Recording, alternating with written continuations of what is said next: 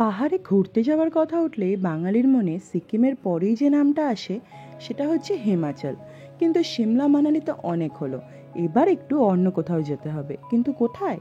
তাহলে চলো ঘুরে আসি স্পিতি থেকে। এটা আমাদের ট্রেন হাওড়া কালকা নেতাজি এক্সপ্রেস। হাওড়া থেকে প্রত্যেক দিনই রাত 9:55 এই ট্রেনটা ছাড়ে কালকার উদ্দেশ্যে। আর এর কালকা পৌঁছতে সময় লাগে প্রায় 29 ঘন্টা। গয়া, প্রয়াগরাজ, মির্জাপুর, কানপুর, ওল্ড দিল্লি, চণ্ডীগড় হয়ে এই ট্রেনটা অবশেষে পৌঁছয় কালকা। ট্রেন লেট থাকার কারণে আমাদের কালকা পৌঁছতে সময় লেগে যায় প্রায় 31.5 ঘন্টা। কালকা থেকে আমরা টয় ট্রেনে করে সিমলা যাব। তোমরা চাইলে চণ্ডীগড় থেকেও বাই রোড সিমলা পৌঁছতে পারো, সেখানে টাইম লাগবে 3.5 ঘন্টার মতো। টয় ট্রেনে সময় লাগবে প্রায় 5 থেকে 5.5 ঘন্টা। বেশিরভাগ লোক টয় ট্রেনটাকে প্রেফার করে because of its scenic beauty. আমাদের কালকা থেকে সিমলা পৌঁছানোর জন্য এই কালকা সিমলা শিবালিক এক্সপ্রেসটা বুক করা ছিল। এই টয় ট্রেনটায় কিন্তু কোনো জেনারেল কম্পার্টমেন্ট নেই, সবকটাই ফার্স্ট ক্লাস। আর এই ট্রেনের সিটগুলোও বেশ সুন্দর। ট্রেনটা যখন যেদিকে যাবে সিটগুলো তখন সেই দিকে চেঞ্জ করে নেওয়া যাবে।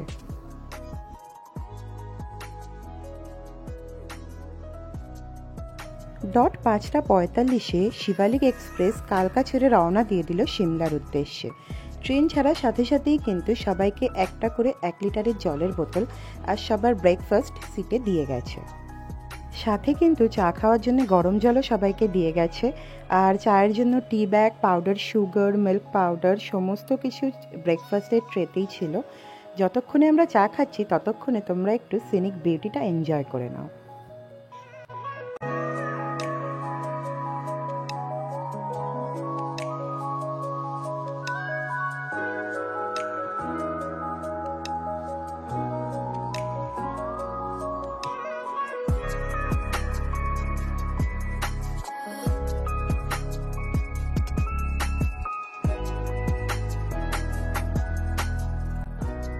এবার ব্রেকফাস্ট করে নেওয়ার পালা। তার আগে দেখে নিই কী কী আছে।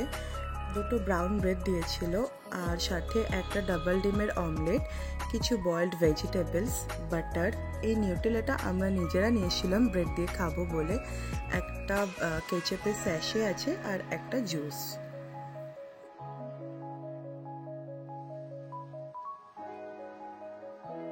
ব্রেকফাস্ট শেষ হতে না হতেই আমাদের ট্রেন এসে পৌঁছালো বরক স্টেশনে। এই বরক স্টেশনের ঠিক আগের টানেলটাই হচ্ছে টানেল 33। এই টানেল 33 আর বরক স্টেশনকে নিয়ে কিন্তু একটা ইতিহাস আছে। ইতিহাসটা হলো, যখন এই কালকা সিমলা রেলপথটি তৈরি হচ্ছিল তখন এই বরক স্টেশন আর টানেল 33-র দায়িত্বে ছিলেন বরক সাহেব। এই বরক সাহেবের নেতৃত্বেই টানেল 33-র খোদাইয়ের কাজ শুরু হয়। এই টানেলটা যখন খোদাই করা হয় তখন পাহাড়ের দুদিক থেকে এটা খোদাই করা হচ্ছিল, কিন্তু যতই চেষ্টা করা হোক না কেন এই টানেলটা একসাথে মেলানো যাচ্ছিল না। তো তখন ওপর মহলের চাপ আসে বরক সাহেবের ওপর, আর সেই চাপ সহ্য না করতে পেরে তিনি নিজেই নিজের পিস্তলের থেকে আত্মঘাতী হন। তারপর পরবর্তীকালে এই স্টেশনের কাজ শেষ হয় এবং এই স্টেশনটির নাম করা হয় বরক সাহেবের নামে, বরক স্টেশন।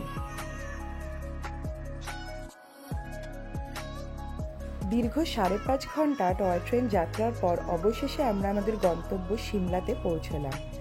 তো চলো আজকের ভিডিওটা এই অবধি, দেখা হচ্ছে পরের ভিডিওয়। টাটা।